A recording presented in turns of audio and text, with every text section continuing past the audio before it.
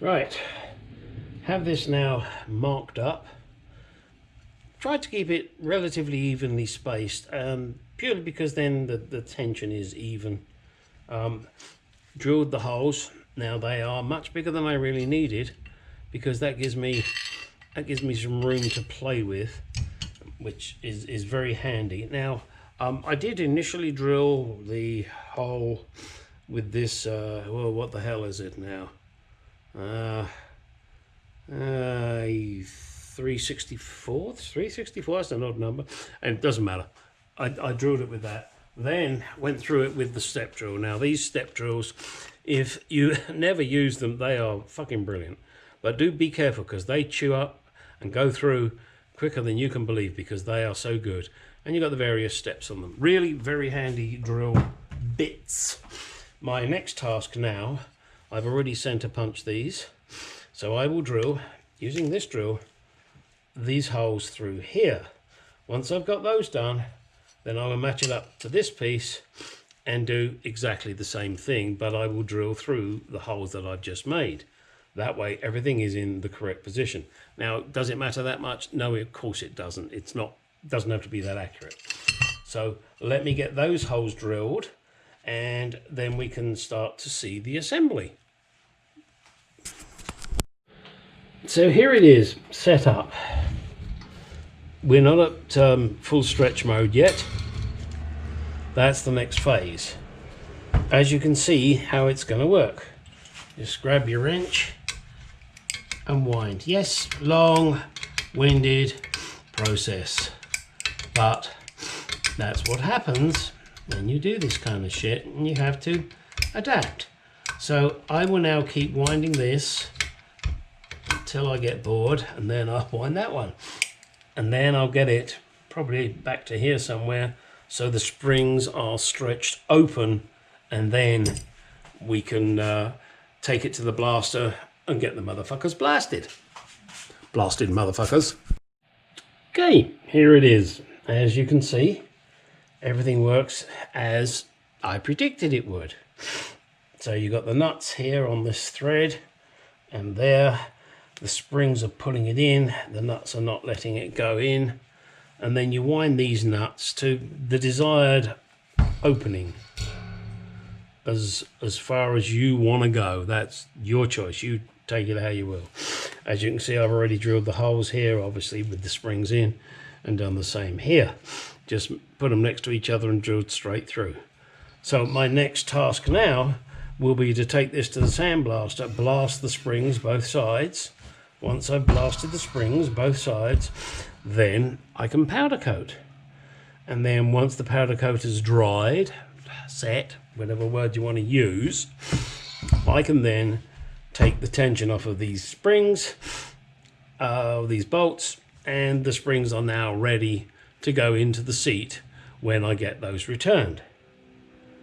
So the next thing I want to show you is after I've blasted this, so what it looks like after blasting, prior to powder coating, and then after powder coating. Hopefully you'll find that of interest. So this is one of my little workshop areas. Got my nice little wire brush here for doing wire brushy things. My drill stand, drill standy things. And yes, I know this is a bit of a digression from what you're watching. This is my sandblasting cabinet with extractor, and my powder coating cabinet. Now, just to show you what we've been working on here, this is it. So as you can see, a lot of it is done. That's good, but there's a lot more to do. Ignore the other parts in there. They are still to do things. So we now have to continue to clean these springs up a bit more, then we'll start powder coating them. After this, one of my next videos is probably going to be the heater box, which again needs real blasting, powder coating, cleaning, and every other thing you can think of. It does also need a little bit of welding work, not for a hole, but for a locking of a hinge pin bracket. but that's something we'll see in the next video. So there you go, this is it so far. As you can see, it's taken some cleaning up and needs another damn good go. I'm having difficulty seeing it, so I'm going to put a new lens on my sandblasting cabinet so I can see through and see what the hell I'm blasting. Damn and blast it. So here are the springs now. They have been blasted and cleaned off as much shit as we can clean off. Oh, damn, it's a Russian composer again, Mr. Cleanoff. Hair Cleanoff? Frau Cleanoff? No. I'm not sure what the address correct is for Brother Cleanoff. So, there they are. Let's come around here. Look at the other side. We have to go on the dark side. Okay, there it is, all cleaned off. Next stage is to powder coat this baby and cook it. So let's do that. Here it is, set up, ready for powder coating. Let's do it. This is it, powder coated, ready to go in the oven. It doesn't look spectacular. You wait till this motherfucker comes out. Now, I'm using just a standard domestic oven. I got it on Craigslist, cost me 25 bucks. Didn't give a shit if the rings worked, I just want the oven. So, oven appears now to be up to temperature. So, let me get that baby in there. So, here are the springs, fresh, almost out of the oven, but they're too fucking hot for me to touch right now. But as you can see, they look pretty darn good.